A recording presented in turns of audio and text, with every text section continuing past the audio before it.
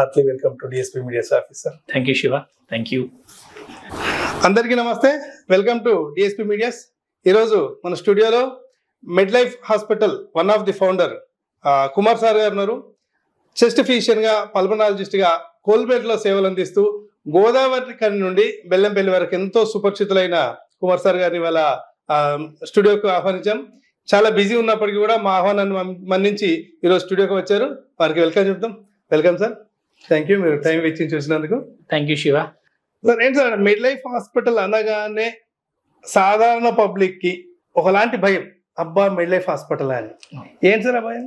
ఒకటి, middle life hospital building చూడగానే చాలా పెద్దగా కనబడుతుంది. మరి మంచిర్యాలలో ఇంత పెద్ద హాస్పిటల్ అంటే డెఫినెట్గా బిల్స్ ఎక్కువ ఉంటాయి కావచ్చు. రెండవది సర్వీస్.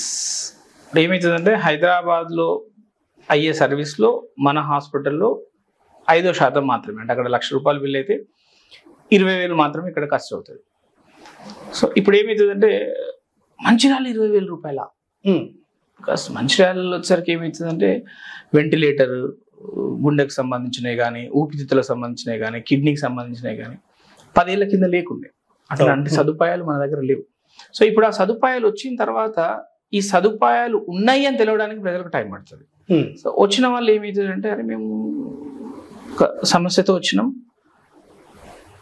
ఇక్కడ ₹20,000 బిల్ అయింది, సో చాలా ఎక్కువ బిల్లు అనే ఒక భయం డెఫినెట్గా ఉంటుంది. అదేంటంటే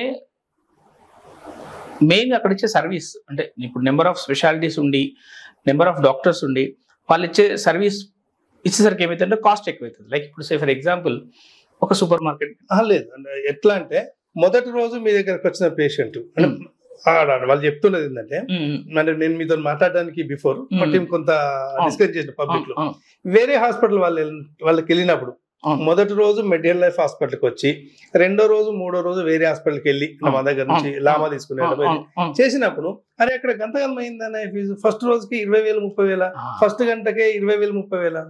ఎలా అంటే ఇది పేషెంట్స్ కి ఒకలాంటి, అంటే క్రిటికల్ పొజిషన్ లో మనం ప్రాణాలు కాపాడినప్పటికీ ఇంత ఖర్చు అయింది అని వేరే వాళ్ళు అనడం వల్ల చాలా మంది రావడానికి బాధపడుతున్నారు. ఇప్పుడు అదేమవుతుందంటే మీరు హాస్పిటల్ స్ట్రక్చర్ చూసుకుంటే మీకు తెలుస్తుంది. ఎమర్జెన్సీ పక్కకే సిటీ స్కాన్ మిషన్ ఉంటుంది, సిటీ స్కాన్ పక్కకే ఎక్స్రే ఉంటుంది, ఎక్స్రే పక్కనే ల్యాబ్ ఉంటుంది. So our aim is golden hour. ఏ కేసు వచ్చినా ప్రతి మొదటి గంటలోనే డయాగ్నోసిస్ కావాలా, వాళ్ళకి ట్రీట్మెంట్ మనం ఏమి ఇవ్వగలుగుతామా లేదని డిసైడ్ కావాలి. సో అంటే first hour and first 24 hours ఎప్పుడైనా వైద్యంలో చాలా ఇంపార్టెంట్. ఏ కేసు అయినా, అది గుండెకు సంబంధించింది కావచ్చు, ఊపిరితిత్తులు కావచ్చు, లేకపోతే లివర్కి సంబంధించింది కానీ, ప్యాంక్రియాస్, క్లోమగ్రంథికి సంబంధించింది ఏదైనా కూడా ప్రతి మొదటి గంట చాలా ఇంపార్టెంట్ మన హాస్పిటల్కి వచ్చాము. సో మన హాస్పిటల్ యొక్క గొప్పతనం ఏంటంటే ఆ మొదటి గంటల్లోనే మీకు డయాగ్నోసిస్ జరిగిపోతుంది. సో అంటే కావాల్సిన టెస్టులన్నీ అప్పటికి అయిపోతాయి. ఇక మళ్ళీ మీరు కొత్తగా rest second day third day చేసేది ఏముండదు, యాడ్ ఆన్ టెస్ట్లే ఉంటాయి.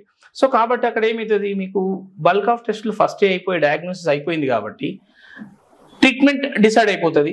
తర్వాత ఓన్లీ ట్రీట్మెంట్ మీద పెట్టే ఖర్చే, ఇక డయాగ్నోసిస్ మీద ఖర్చు ఉండదు. కాబట్టి ఇప్పుడు మన హాస్పిటల్కి వచ్చిండ్రు, 24 hours ఉన్నారు, ఒక 20,000 బిల్ అయింది. నెక్స్ట్ హాస్పిటల్ పోయిన తర్వాత టెస్ట్లు ఏం లేవు వాళ్ళ దగ్గర, ఇక ఓన్లీ ట్రీట్మెంటే, ఇంజక్షన్ల ఖర్చు పడుతుంది. సో అప్పుడు ఏమవుతుంది, అరే ఫస్ట్ మీరు నిన్న హాస్పిటల్ 2 రోజులు 3 రోజులు ఇక్కడ 5,000 అయింది, ఆడ ఒకటే రోజు 20,000 అయింది. అంటే 20,000 ఎందుకు అయింది అంటే టెస్ట్. కానీ లైక్ ఇప్పుడు మనం అన్నం తినేటప్పుడు ఫస్ట్ 3 బుక్కలు ఫాస్ట్గా తింటాం, ఆకలి ఉంటుంది కాబట్టి. తర్వాత 4వ బుక్క నుంచి స్లో చేస్తాం, ఎందుకంటే అప్పుడు కడుపు నిండిపోతుంది కాబట్టి.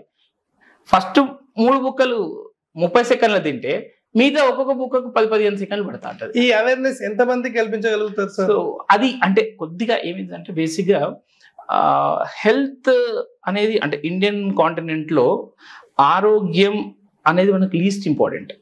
మన దేశ జనాభా రమారమి 140 కోట్ల జనాభా ఉన్నా, ఈ 140 కోట్లలో ఆరోగ్యం అనేది, అంటే హెల్త్ ఈజ్ ద ప్రైమరీ, ఆరోగ్యమే మహాభాగ్యం అనేది అనుకుంటారు. కానీ ఎవరు ఆ మహాభాగ్యాన్ని చూజ్ చేసుకోరు. So for example western countries, అంటే ఇప్పుడు అమెరికా కావచ్చు లేదా యూకే, వెస్ట్రన్ కంట్రీస్కి వెళ్తే ఒక కొన్ని టెస్టులు చేసినాం అనుకోండి. సో ఒక పేషెంట్కి ఒక 5,000 రూపాయలు టెస్టులు చేసినాం. ఆ పేషెంట్ ఏదో నడుము నొప్పితో వచ్చిండు, కడుపు నొప్పితో వచ్చిండు.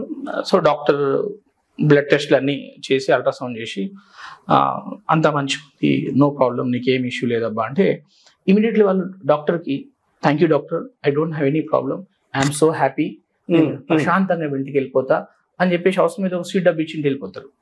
అదే ఇండియన్ కాన్సెప్ట్ ఎట్లుంటుందంటే 5,000 టెస్ట్ చేసి కడుపు నొప్పి వచ్చిన తర్వాత నీకేం లేదబ్బా కొంచెం గ్యాస్ ప్రాబ్లమ్ అంటే 5,000 టెస్ట్ చేస్తే వీడేం దొరకలేదా అంటే వట్టిన టెస్ట్ చేసిండ్రు, నాకు ప్రాబ్లం లేకుండా టెస్టులు చేసిండ్రు అంటే ఇది కాస్ట్ అనేది లేదా.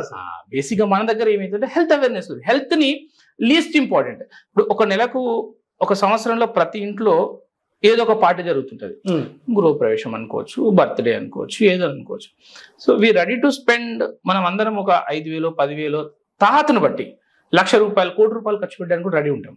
కానీ హెల్త్ ఇన్సూరెన్స్ అనే కాన్సెప్ట్ వచ్చి ఒక ₹10,000 పెడితే ఒక 5 లక్షల ఇన్సూరెన్స్ వస్తుంది అంటే నాకు సమస్య ఎప్పుడు వస్తుంది, ఎప్పుడు వచ్చినప్పుడు కదా, వచ్చినప్పుడు చూసుకుందాం, వచ్చినప్పుడు అనే కాన్సెప్ట్ మన దగ్గర ఉంటుంది కాబట్టి ఈ ప్రాబ్లం లేదు. ఇప్పుడు అదే ₹10,000 హెల్త్ ఇన్సూరెన్స్ పెడితే, ఇప్పుడు నేను అంటే బేసిక్గా రిటైర్డ్ సింగరేడ్ ఎంప్లాయీస్ మన దగ్గరకు వస్తుంటారు, అంటే కాక నువ్వు 60 ఏళ్ళు అయినావు, ఇప్పుడు తర్వాత నీకు మెల్ల ఇప్పుడు బీపీ వస్తుంది, షుగర్ వస్తుంది, సమస్యలు ఉంటాయి, నువ్వు ఎందుకు 40,000 60,000 కట్టి చేయించుకోలే అంటే వచ్చినప్పుడు చూద్దాం బిడ్డ. సో దాంతో ఏమైందంటే హెల్త్ని ఎప్పుడైతే మనం అవేర్నెస్ తీసుకోమో ప్లాన్డ్ కాదు కాబట్టి ఖర్చు అనిపిస్తుంది. ఖర్చు అనిపించేసరికి ఎవరికైనా ఇబ్బంది. ఈవెన్ ఏ హాస్పిటల్కి పోయినా అంటే పెద్ద హాస్పిటల్స్ పోతే ఏమైందంటే మనకు అడ్వాంటేజ్ ఏంటంటే వితిన్ 1 hour డయాగ్నోసిస్ దొరికిపోతుంది. సో డయాగ్నోసిస్ దొరికిపోతే ఫస్ట్ అవర్లో డబ్బులు అవుతాయి. సో ఫర్ ఎగ్జాంపుల్ ఒక పేషెంట్ పక్షవాతంతో వచ్చిండు, లేక ఒక చిన్న ఎగ్జాంపుల్, హైటెక్ సిటీ ఈ దగ్గరలో ఒక టీ కొట్లో ఒక వ్యక్తి టీ తాగుతున్నాడు. టీ తాగుతూ సడన్ గా నోట్ తప్పినాక టీ కింద పడ్డది, డ్రెస్ మీద పడ్డది. Immediately started weakness, right upper limb వెళ్ళింది. మన దగ్గరకు వచ్చిండు వితిన్ 15 minutes. సో రాగానే ఎవాల్యుయేట్ చేసి సిటీ స్కాన్ చేసినాం. So cost of CT scan is 2,000. CT స్కాన్లో ఏమీ లేదు, లైక్ స్మాల్ ఇన్ఫాక్ట్ ఉంది. సో ఇమీడియట్గా స్మాల్ ఇన్ఫాక్ట్ ఉంది, డెఫినెట్గా ఇది పక్షవాతం కింద మారిపోతుంది, మనము రక్తం కరగడానికి ఇంజెక్షన్ ఇస్తే బెటర్ అంటే that cost of injection around 70,000. Immediate injection ఇచ్చేసినాం. ఇంజెక్షన్ ఇచ్చిన వితిన్ 1 hour ఈ recover totally, right upper limb lower limb పోయింది. ఈ లోపు మనము ఆయనకి కిడ్నీ సంబంధించిన సమస్యలు ఉన్నాయా, రక్త సంబంధించిన సమస్యలు ఉన్నాయా, లివర్ ఏమన్నా ఉందా, గుండెకి సంబంధించిన సమస్యలు ఉన్నాయా, బ్లడ్ బ్రెయిన్ కి ఏమైనా profile toss around 25,000. So 70 + 25 + charges వచ్చి 1 lakh. ఎంత గంటలోనే ₹1,00,000. నెక్స్ట్ డే పేషెంట్ నడుచుకుంటూ వెళ్ళిపోయింది. బస్ అరే ఒకటే గంటలో ₹1,00,000 ఖర్చు అయినాయి, ఇదేంది అంటే save of life. So for example ఆ ఇంజెక్షన్ అప్పుడు అవి ఇవ్వకుంటే జీవితాంతం పక్షవాతం, మంచం మీద పడుకోవడం, rest of the life is unimaginable. నేను అనేది ఏంటంటే గోల్డెన్ అవర్ అనే ప్రియారిటీ పబ్లిక్ తెలియదు, వీళ్ళకి అవగాహన లేదు. మిగిలిన డాక్టర్స్ ఈ మొరాలిటీ మర్చిపోయి మీరు మెడిలైఫ్ కి వెళ్తే లేదా పెద్ద హాస్పిటల్కి వెళ్తే గంటకి ఇంత దోచుకుంటారు అనే తత్వం ఎప్పుడు మారాలి అంటారు. అది ఇక వైద్య వ్యవస్థలో మార్పు రావాలి, ప్రజల్లో మార్పు రావాలి, ప్రజల్ని ఎడ్యుకేట్ చేసే సిస్టమ్ లో కూడా మార్పు రావాలి.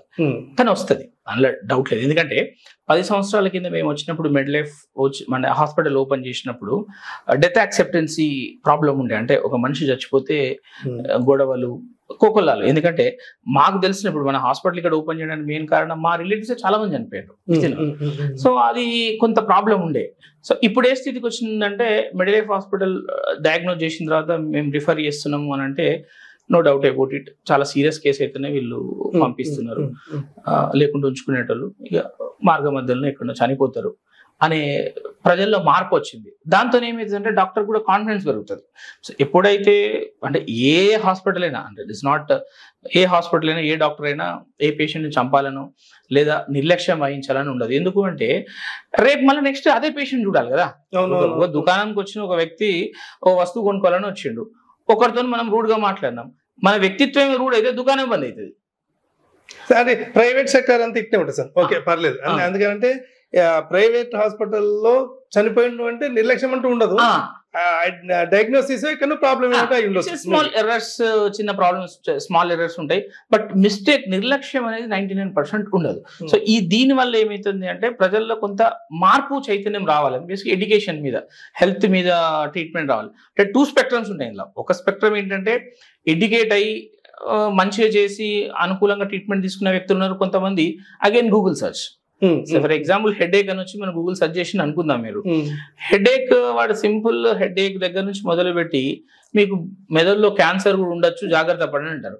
ఈ సజెషన్ వాళ్ళు, సార్ నాకు హెడేక్ ఉన్నది, ఈ సేమ్ సిమ్టమ్స్ వాళ్ళకు ఆపాదించుకొని నాకు బ్రెయిన్ క్యాన్సర్ ఉన్నదేమో, ఈ టైప్ ఆఫ్ తరహా కూడా ఎక్కువ అవుతుంది.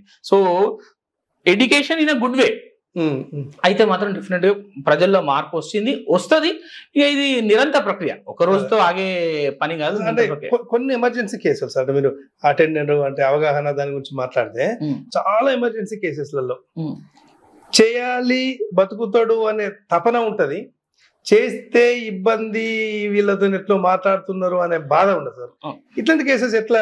అది 50% ఉంటది. అంటే జనరల్ గా అటెండెంట్స్ మంచి వ్యక్తులై వాళ్ళు అంటే హాస్పిటల్ మీద, వైద్యుల మీద నమ్మకంతో సార్ మీరు ఏమైనా చేయండి, భగవంతుడి దయ, మీరు ప్రయత్నంలో మాత్రం లోపం లేకుండా చేయండి అని అంటే సక్సెస్ రేట్ 100% ఉంటుంది. ఎఫర్ట్స్ ఎప్పుడైతే కొంచెం అటెండెన్స్ అంటే వచ్చే వాళ్ళు, వాళ్ళతో ఉన్న వాళ్ళు కొంత అంటే అగ్రెసివ్ బిహేవియర్, కొంచెం ఉద్రేకంతో కానీ ఎక్కువ ఉన్నప్పుడు కొంత మేము చల్లబరిచే ప్రయత్నం చేస్తాం. అంటే అన్నీ మనం అనుకున్నట్టు జరగదు, విషయం ఇది, ఆయనకున్న జబ్బు ఇది, దీనికి ఇచ్చే ట్రీట్మెంట్ ఇది, ఆ ట్రీట్మెంట్ తర్వాత వచ్చే పర్యవసానాలు ఇటువంటివి, ఆ పర్యాసనాల తర్వాత నెక్స్ట్ లేట్ వచ్చే కాంప్లికేషన్స్ కూడా ఇట్లుంటాయి అని మేము ఎక్స్ప్లెయిన్ చేసే ప్రయత్నం చేస్తాం. జనరల్గా 70% నుంచి 80% మన మాట వింటారు, కొంత 10 నుంచి 20% మంది మన మాట వినరు. అటువంటి అప్పుడు వాళ్ళని ఇంకా మనము అంటే రిస్క్ తీసుకొని ట్రీట్మెంట్ ఇవ్వడం అనేది ఇంపాసిబుల్. సో అటువంటి వాళ్ళు నేను చేస్తాను, మీ ఇష్టం, మీరు ఎక్కడికైనా వెళ్ళండి. ఎవరన్నా అంటే మీ సర్వీస్ లో అనవసరంగా అటెండర్స్ వల్ల దెబ్బ తాకిన వాళ్ళు ఎంబడి వచ్చి ఉట్టిగా ఎవరినో చంపేసిండ్రు, మా దగ్గర ఉంటే బతికించే వాళ్ళం అని ఎప్పుడన్నా అనిపించింది. అంటే ఎస్పెషల్లీ మీకు ట్రామా కేసెస్ మెయిన్గా ఏమిటంటే ట్రామా కేసెస్ ఏమవుతుందంటే బల్క్ ఆఫ్ అటెండెంట్స్ వస్తారు. అంటే ఎక్కువ మంది గుమిగుడతారు అయినప్పుడు ఆ గుమిగుడిలో ఎవరికి వైద్యంలో అవగాహన ఉండదు. ప్లస్ ఏం చేయాలండి అంటే ఇక్కడ ఏంది, అక్కడికి పోదాం, హాస్పిటల్ పోదాం, కరీంనగర్ పోదాం, హైదరాబాద్ పోదాం అనే దృక్పథంలో ఉంటారు. కానీ అదే ఫస్ట్ ఎయిడ్ మనం ఫస్ట్ బేసిక్ ఇక్కడ చేసుకొని అసలు ఏంటి, ఏం జబ్బు ఉన్నది, ఆ జబ్బు మనం ఇక్కడ ట్రీట్ చేయగలుగుతామా అనేది అవగాహన ఉండదు. కాకపోతే మేమేం చేస్తామంటే కొంచెం ఇట్లాంటి వాళ్ళు ఉంటే ఏంటంటే ఆ ముగ్గురుని గుర్తుపట్టి వాళ్ళకి కొన్ని పనులు అప్పచెప్తాం. ఇక అప్పేపి మీరు ఈ పని చేయండి, ఈ పని చేయండి, ఈ పని చేయండి. సో ఈ పని చేస్తే మనం ఈ పేషెంట్ని మనం కాపాడుకోగలుగుతాం అని చెప్పే ప్రయత్నం చేస్తాం. ఇన్ స్పైట్ ఆఫ్ దట్ అంటే మన ఎఫర్ట్స్ చూసి కూడా వాళ్ళు వినని పరిస్థితి ఉందనుకోండి, తప్పదు ఇక మనం. ఎందుకంటే దేర్ విల్ అగైనెస్ట్ మనం ట్రీట్మెంట్ ఇవ్వలేం. అంటే వాళ్ళ పేషెంట్ వాళ్ళకని మన హాస్పిటల్కి వచ్చినప్పుడు మనం ప్రాణం కాపాడే ప్రయత్నం చేస్తాం, కానీ వాళ్ళ విల్కి అగైనెస్ట్ గా మనం చేయలేము. ఒకవేళ ఏమన్నా తప్పిదారి పట్టింది అనుకోండి, బ్లేమ్. అంటే ఒక యువకుని కేసు విషయంలో మీరు బాగా బాధపడ్డారు, అనవసరంగా బయటకు వెళ్ళి చనిపోయిండు, నా దగ్గర ఉంటే బతికిచ్చేవాడిని, అట్లా ఒక 4-5 మంది ఇద్దరు ఒకటేసారి వచ్చారు మీ హాస్పిటల్ కదా? యాక్సిడెంట్ ఏదో యాక్సిడెంట్ కేసే నేను చెప్పే ప్రయత్నం కూడా చేసిన. లేదు మనకు కొంచెం టైం, 1 గంట 2 గంటలు ఇక్కడ మనం ట్రీట్మెంట్ ఇస్తే వాళ్ళు 100% బతుకుతారు, మనము పంపిస్తే మీ ఇష్టం, వద్దు అని చెప్పే ప్రయత్నం చేసిన. ఒక 10-15 నిమిషాలు ట్రై చేసినా కానీ దేర్ అగ్రెసివ్ నేచర్ చాలా ఎక్కువ ఉండేది. అరే ఇప్పుడు ప్రాణం ఎవరిదైనా ప్రాణమే, ఏ రోజైనా అందరం బయటమే. నో బడీ ఈజ్ అంటే డాక్టర్ అయినా లేదా భిక్షగాడైనా లక్షల కోట్లకు అధిపతి అయినా ఈ భూమి మీదకి వచ్చింది మనం మానవులుగా. బేసికల్ వీఆర్ హ్యూమన్ బీయింగ్స్, మనం మనుషులం. అంటే ఈ సువిశాల ప్రపంచంలో ఈ ఇంత విశ్వంలో మనము మమ్మేలియన్ విభాగంలో హోమోసోపియన్ అనే ఒక విభాగానికి చెందిన జీవులం. అది మనం బేసిక్ గుర్తుపెట్టుకోవాలి. డబ్బు వచ్చిందా, చదువు వచ్చిందా, అధికారం వచ్చిందా, లేదా ఇంకోటి వచ్చిందా తర్వాత, పుట్టుక తర్వాత. సో బేసిక్ హ్యూమన్ బీయింగ్స్, ఆ మానవత్వం మర్చిపోకూడదు. సో ఆ విధంలో చెప్పే ప్రయత్నం చేస్తాం, కానీ వినకుంటే తప్పదు. ఒక పిల్లోడు చనిపోయాడు, ఒక పిల్లోని మీరు బతికించారు. Safe for skin. Actual doctor దగ్గర ఇంతకుముందు మీరు ఆ పదం వాడారు, డాక్టర్ల దగ్గర ఎట్లయినా సరే ఎంత ఖర్చు అయినా సరే బతికించండి అనే పదం వాడద్దు అని ఠాగూర్ సినిమా చెప్పింది. అది చాలా ఇంపాక్ట్ ఉంది ఇంకా కూడా సమాజంలో. ఠాగూర్ సినిమా ఇంపాక్ట్ డెఫినెట్ గా. కాకపోతే ఇక్కడ అంటే ఇప్పుడు అందరూ ఏ వ్యవస్థలను చూసుకోండి, ఒక 5 నుంచి 10% చెడు ఉంటుంది, నేను కాదన్నాను. బట్ 90 నుంచి 95% మంచి ఉంటుంది. మనం మంచిని చూసే ప్రయత్నం చేయాలి. ఆ 5% పట్టుకొని మొత్తం 100% ఆపాదించద్దు. ఇప్పుడు ఏదైనా చూడండి, ఇప్పుడు మనము మీడియా జర్నలిజం చూసుకుందాం. 95% మంది ప్రాణాలకు ఫనంగా పెట్టి ఈ విద్యను చేస్తారు. ఒక 5% డెఫినెట్గా ఉంటుంది. ఈ 5% పెట్టుకొని 95% మనం తప్పుగా భావించకూడదు. సో మెడికల్ గా కూడా కొన్ని డిఫరెన్సెస్ వస్తాయి. సో అవి పెట్టుకొని మొత్తం వ్యవస్థనే ఎట్లుంటది అంటే, ఖర్చు కంటే ముందు మనం నోటి నుంచి వచ్చే మాట, సార్ ఏదేమైనా సరే మీరు మీ ప్రయత్నం లోపం లేకుండా చేయండి, బతికించే ప్రయత్నం చేయండి అంటే డాక్టర్ కాన్ఫిడెన్స్ పెడుతుంది. డబ్బు సంగతి తర్వాత, డబ్బు అనేది సెకండరీ. అది పేమెంట్ ఎట్లా, మోడ్ ఆఫ్ పేమెంట్ ఎట్లా, ఇన్సూరెన్స్ ఉందా లేకపోతే క్యాషా లేదా ఇంకొకట ఇస్ డిఫరెంట్. బట్ ఫస్ట్ వైద్యునికి భరోసా ఇవ్వాలి, మీకు ఎటువంటి పరిస్థితుల్లో మన ప్రయత్నం లోపం లేకుండా చేద్దాం, తర్వాత సంగతి తర్వాత. అంటే అప్పుడు ఏమవుతుంది, ఫుల్ ఎఫర్ట్స్ పెడతారు. ఎఫర్ట్స్ పెడితే ఏమవుతుంది, అవుట్కమ్ డెఫినెట్. ఇప్పుడు ఇదంతా మానవ శరీరం అనేది కొన్ని కోటాను కోట్ల కణజాలాలు కణాలతో కూడుకున్న వ్యవస్థ. దీనిలో ప్రతి సెల్లో ఏదో ఒక మార్పు జరుగుతూనే ఉంటది. సో ఎవరమైనా ఆ మార్పును 100% ఊహించలేం. ఈవెన్ మాకు చెప్పే టెక్స్ట్ బుక్స్ లలో కూడా, మీరు మా టెక్స్ట్ బుక్స్ లో కూడా ఏ డిసీజ్ కి దాని అంటే ఇప్పుడు ఏమవుతుంది, ఎప్పుడైనా ఒక డిసీజ్, ఒక వ్యాధి మనం కనుక్కున్నప్పుడు ఏమవుతుంది, వ్యాధికి ఫస్ట్ ఇనిషియల్ గా అది ఎందుకు వచ్చింది, what is the aetiology of that. Then second, what is the pathophysiology, అంటే ఎటువంటి ప్యాథోజన్స్ కానీ అదే ఎటువంటి శరీరధర్మంలో మార్పులు రావడం వల్ల ఈ డిసీజ్ వచ్చింది. Then what is the diagnosis, ఎట్లా డయాగ్నోస్ చేయాలి, and then what is the treatment, and then లాస్ట్కి ఆ డ్రగ్స్ ఎట్లా పనిచేస్తాయి అనేది 5 స్టేజెస్ లో ఉంటుంది. మోస్ట్ ఆఫ్ ద డిసీజ్ కి ఎటియాలజీ అన్నోన్, తెలియదు. దెన్ పాథోఫిజియాలజీ అన్క్లియర్, అంటే తెలియదు కానీ ఇట్లా జరుగుతుండొచ్చు. What is the diagnosis, so ఈ ఇన్వెస్టిగేషన్ చేస్తే ఈ డిసీజ్ వస్తుంది, కానీ ఇదే ఇన్వెస్టిగేషన్ 100% కరెక్ట్ కాదు. దెన్ ట్రీట్మెంట్, ప్రతి ఈ డ్రగ్ ఇస్తే దాని ఫార్మకాలజీ ఏమో, most of the textbooks ఏంటి అన్నోన్, ఎట్లా పనిచేస్తుంది అనే డ్రగ్ తెలియదు, బట్ ఈ పని చేస్తుంది కాబట్టి ఇది కరెక్టే. Then what is the outcome of the patient. ఇంత వైద్య శాస్త్రం చదువుకొని మీరు ఇలా అంటే, ఏం తెలియనోడు సెల్ ఫోన్ పట్టుకొని దెబ్బ తాకితే ఏం చేయాలి, ఇంకోటి అయితే ఏం చేయాలి అని చెప్పేసి జ్ఞానం పెంచుకునేటోళ్ళు అంటే ఎట్లా కంట్రోల్ చేయడం సార్? మీ దగ్గరకు వచ్చి కూడా ఈ గోళీ రాస్తారా సార్, ఈ గోళీ ఇస్తారా? మా దగ్గరకు వచ్చి కూడా వితండవాదం ఉంటుంది. ఇప్పుడు ఎట్లుంటది అంటే, సార్ ఇప్పుడు తలనొప్పి వచ్చింది, పారాసిటమాల్ వేసుకుంటే మంచిదా, బ్రూఫెన్ వేసుకుంటే మంచిదా, నాబ్రాక్సిన్ వేసుకుంటే మంచిదా, పైరాక్సికమ్ వేసుకుంటే మంచిదా? ఒకసారి కొన్ని డ్రగ్స్ మేము కూడా కరెక్ట్గా కొత్త చెప్తుండు అని ఆశ్చర్యమైన సందర్భాలు ఉంటాయి. ఎందుకంటే బికాస్ ద ట్యూబులర్ విజన్ వేరు, బ్రాడ్ విజన్ వేరు. అప్పటికప్పుడు స్పెషల్ ఒకటే టాపిక్ మీద చదువుకొని వచ్చినాం అనుకో, నాలెడ్జ్ ఎక్కువ ఉంటుంది. అదే కదా ఇప్పుడు మేము 15, ఇప్పుడు ఆల్మోస్ట్ ఎంబీబీఎస్ కి 6 సంవత్సరాలు, పీజీకి ఒక 3 సంవత్సరాలు, సూపర్స్పెషాలిటీకి ఒక 3 సంవత్సరాలు, అంటే 6 + 9 12 సంవత్సరాలు చదివి మధ్యలో ఫెలోషిప్ ఒక 1 ఇయర్, అక్కడిక్కడ ఒక వేస్ట్ చేసి ఒక 1 ఇయర్, అంతా 15 సంవత్సరాలు చదివిన తర్వాత ఉన్న బ్రాడ్ విజన్ కి ఒక సింగిల్ ఐటెం పట్టుకొని వచ్చేసరికి ఏమవుతుంది, దాని మీద కొత్తది ఎట్టున్నాడే అనేది కొన్నిసార్లు మాకే ఆశ్చర్యం అనిపిస్తుంది. బట్ అంటే మేము చెప్పే ప్రయత్నం, సరే అట్లా కాదయ్యా, ఈ డిసీజ్కి ఇట్లుంటుంది, దీని జబ్బు ఇట్లుంటుంది, దీని ట్రీట్మెంట్ ఇట్లా ఇవ్వాలి. లేదు సార్, ఇది గూగుల్ ఇట్లా ఎక్స్ప్లెయిన్ చేసినండి. గూగుల్ అనేది సిస్టమ్, అంటే లైక్ నాట్ ఒక ఇంజన్, ఒక సర్చ్ ఇంజన్. ఆ సర్చ్ ఇంజన్ ఏంటి, ఆ సర్చ్ ఇంజన్ ఏం చెప్తుంది, మీకున్న డిసీజ్కి ఇది ఉన్నదని చెప్తుంది అంతే. బట్ అది అల్టిమేట్ డెసిషన్ ఇవ్వదు. సో దయచేసి వాటి మీద ఆధారపడి మీ ఆరోగ్యాన్ని పాటు చేసుకుని, అట్లా ఇప్పుడున్న యూత్ ఎస్పెషల్లీ ఎక్కువ ఆరోగ్యాన్ని పాటు చేసుకుంటున్నారు అన్నాడు, no doubt about it. But ఇక కొంత మార్పు వస్తుంది కొన్ని రోజులు. ఎట్లా సార్, మిడ్ లైఫ్ 10 years అవుతుంది, ఊరు నుంచి వచ్చేసి అంటే హైదరాబాద్ నుంచి వచ్చి మిడ్ లైఫ్ పెట్టిండ్రు. ఏంటంటే సేవకు పెట్టారా లేకపోతే కమర్షియల్ గా? మేము హైదరాబాద్లో బికాస్ మై సెల్ఫ్, నేను 1st to 10th class saint high school గోదావరికి అని free of cost. Intermediate Sri Chaitanya free of cost. MBBS the prestigious Gandhi medical college, so number 1 medical college in entire అంటే ఉమ్మడి Andhra Pradesh and Telangana. And DTCD వచ్చి Kakatiya medical college Warangal. Then DNB వచ్చి KIMS Christian institute of medical sciences. Then IDCCM fellowship from sunshine.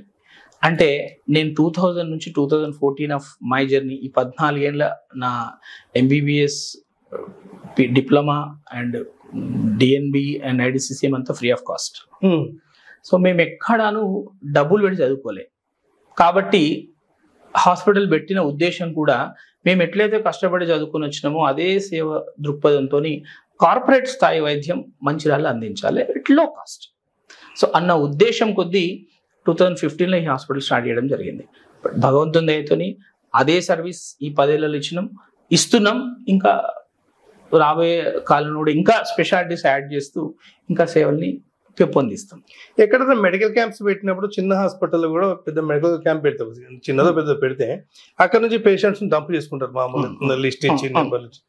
మీరు నాకు తెలిసి తిరియాని లాంటి ప్రాంతాలు ఎక్కడెక్కడో పెట్టి గిన్నెదారి అట్లాంటి ప్రాంతాల్లో పెట్టి దండపల్లి ఎక్కడ కూడా మళ్ళీ అది నాకు కనపడలేదు బ్యానర్ మీద. మళ్ళీ మాకేంటంటే ఇప్పుడు మేము medical camps almost every year minimum 3 to 4 mega medical camps conduct చేస్తాం. చిన్న చిన్న మెడికల్ క్యాంప్ ఆల్మోస్ట్ మంత్లీ ఒకటి ఉంటుంది. Most of the medical camps మేము సెలెక్ట్ చేసుకునేదంతా అటవీ ప్రాంతాలు. అటవీ ప్రాంతాలు అంటే మీకు సెల్ ఫోన్ సిగ్నల్ కూడా రాదు అక్కడికి. ఇప్పుడు లైక్ తిరియానిలో మంగి కావచ్చు, లేదా ఆసిఫాబాద్ లైక్ కాగజ్ నగర్లో భూపాలపట్నం కావచ్చు, లేదా వాంఖడి మండలంలో సోమిని వెల్గి కావచ్చు, లేదా బెజ్జూర్ అవతల బెజ్జూర్ ఆల్మోస్ట్ గూడెం దగ్గర అక్కడ అంటే మీకు కొన్ని ఏరియాస్లో, లేదా దహేగాం, లేదా కోటపల్లి ఆల్మోస్ట్ ప్రాణహిత బార్డర్, సిరువంచ, ఇట్లాంటి దండపల్లి, లక్సెట్పేట్, ఇవన్నీ ఏమిటంటే దండపల్లి కూడా మేము లోపలికి ఆల్మోస్ట్ వెంకటాపూర్ అనే ఒక అటవీ ప్రాంతం. అక్కడ పోతే మీకు ఏమవుతుందంటే ఒక 100 ఇండ్లు మాత్రమే, 50-100 ఇండ్లు ఉంటాయి. 50-100 ఇండ్లు ఆనుకుని ఒక 10-15 ఎకరాల పొలం ఉంటుంది. అక్కడ వాళ్ళు జస్ట్ వాళ్ళ కోసం వ్యవసాయం చేసుకుంటుంటారు. అంటే మేము చేసే మెడికల్ క్యాంప్స్ అన్ని very very interior places. Not that మేము మెడికల్ క్యాంప్స్ చేస్తే పేషెంట్స్ మాకు రావాల్సింది, వాళ్ళకు పాపం చాలా కష్టంతో కూడుకున్న పని. ఇంత దూరం రావడం, మెడికల్ ఫెసిలిటీస్ అందించడం. అంటే మోస్ట్ ఆఫ్ ద పేషెంట్స్ మీకు ట్రైబల్ ఏరియాస్లో ఎట్లుంటుందంటే రక్తహీనత చాలా సర్వసాధారణమైన సమస్య. దట్టు మన ఉమ్మడి ఆదిలాబాద్ జిల్లాలో చాలా సర్వసాధారణం. మోస్ట్ ఆఫ్ ద మరణాలు అంటే ఎక్కువ శాతం మరణాలు దాని వల్లనే అవుతాయి. సో వాళ్ళనే మేము టార్గెట్ చేస్తూ అంటే లైక్ వాళ్ళకి కావాల్సిన మెడిసిన్స్, వాళ్ళకి కావాల్సిన జబ్బులు అంటే అక్కడికి మీకు 2Dకో వెళ్తుంది, అల్ట్రాసౌండ్ వెళ్తుంది, gynaecologist, pulmonologist, physician, surgeon, cardiologist, radiologist, orthopaedician, అన్ని స్పెషాలిటీస్ వెళ్ళి మేము జస్ట్ గ్రూప్ ఆఫ్ పీపుల్ మాత్రమే సెలెక్ట్ చేసుకుని ఆ గ్రూప్ ఆఫ్ పీపుల్ని మెడికల్ క్యాంప్ చేస్తాం. అంటే మా ఉద్దేశం వాళ్ళు మళ్ళీ మా హాస్పిటల్ రావాలి, మమ్మల్ని మా దగ్గరికి వచ్చి అడ్మిట్ కావాలని. మీ దగ్గర ట్రీట్మెంట్ తీసుకుంటారా? చాలా తక్కువ. అసలు మళ్ళా మా దగ్గరికి వచ్చేటోళ్ళు 1% కూడా ఉండరు. 1% కూడా మళ్ళీ బ్యాక్ ఉండరు. నేను చూసాను అట్లని కొన్ని ప్రాంతాల్లో రక్తం తాగే జబ్బు వచ్చింది, రక్తం తాగే రోగం వచ్చిందని చెప్పేసి ఇంటి ముందట వదిలేస్తారు. 2 grams ఆఫ్ హిమోగ్లోబిన్. మంగిలో మేము మెడికల్ క్యాంప్ చూసినప్పుడు 2 grams హిమోగ్లోబిన్ ఫీమేల్ నడుచుకుంటూ వచ్చింది. ఆమె షాక్డ్, 2 grams హిమోగ్లోబిన్. ఇమీడియట్ గా ఆమె సెలెక్ట్ చేసి వాళ్ళ ఫ్యామిలీని ఒప్పించి మళ్ళీ హాస్పిటల్ తీసుకొచ్చి అంటే బ్లడ్ కూడా ఫ్రీగా పోలీస్ హెల్త్ బ్లడ్ ఫ్రీగా డొనేట్ చేసి ఒక 3 యూనిట్ల బ్లడ్ ఫ్రీ డొనేట్ చేసి వాళ్ళకి ఇక్కడ ఒక 4-5 రోజులకు వాళ్ళకి కావాల్సిన అన్ని సదుపాయాలు ఇచ్చి మళ్ళీ తీసుకుపోయి మళ్ళీ వాళ్ళ ఊళ్ళో దింపి వచ్చినాం. అట్లా చేస్తే ఏమైందంటే అల్టిమేట్లీ అంటే మానవతా దృక్పథం. కాబట్టి వీఆర్ హ్యూమన్ బీయింగ్స్. నేను మళ్ళీ ముందు చెప్పిన మనం అంతా మనుషులం. సో అది మనం ఫస్ట్ అది గుర్తుపెట్టుకోవాలి. సో ఆ మానవతా దృక్పథంతో ఆ ప్రాణం కాపాడినాం కాబట్టి హ్యాపీనెస్ ఎంటైర్లీ వేరు ఉంటుంది. ఆ ఆనందం కానీ వాళ్ళ కుటుంబం వాళ్ళు అంటే మనం పోయినప్పుడు వాళ్ళు రిసీవింగ్.